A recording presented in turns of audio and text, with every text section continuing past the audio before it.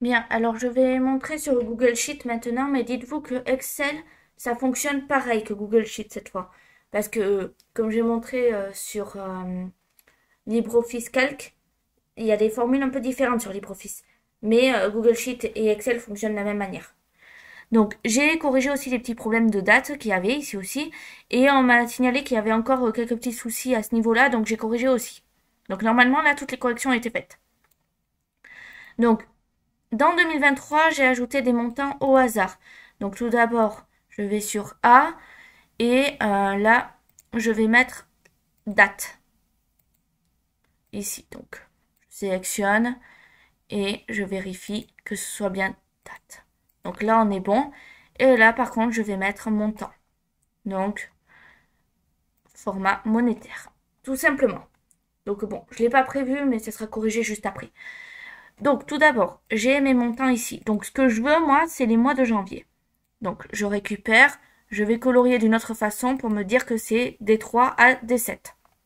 Je vais sur récap, donc dans mon montant de janvier 2023, cette fois je mets égal somme, toujours cote 2023, cote, point d'exclamation cette fois, pas un point, point d'exclamation, D3, 2 points. Alors, je sais plus si c'était, je sais plus, c'était D7. Donc 2 points ici. D7, entrée. Et là, on peut voir que ça m'a calculé mon montant automatique. Et ça l'a répercuté ici.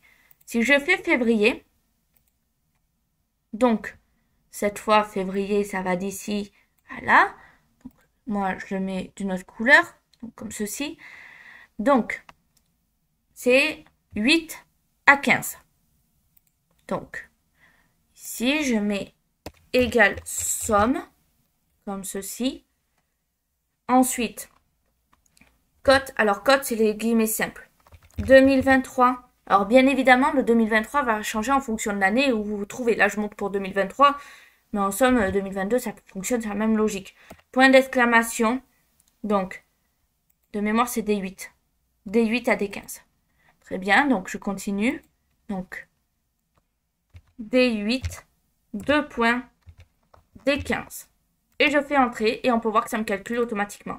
Et ça se répercute ici. Donc, c'est tout ce que je voulais vous montrer pour automatiser vos calculs. Alors, faites-le vraiment si vous êtes sûr de vous et sauvegardez au fur et à mesure. Bah, si vous vous trompez, que vous n'arrivez pas à retrouver le moyen, donc soit on fait CTRL-Z, soit ben, en fait on ferme le document et on le réouvre sans sauvegarder. Voilà. Donc je vous laisse là-dessus. J'espère que ces deux vidéos vous auront aidé.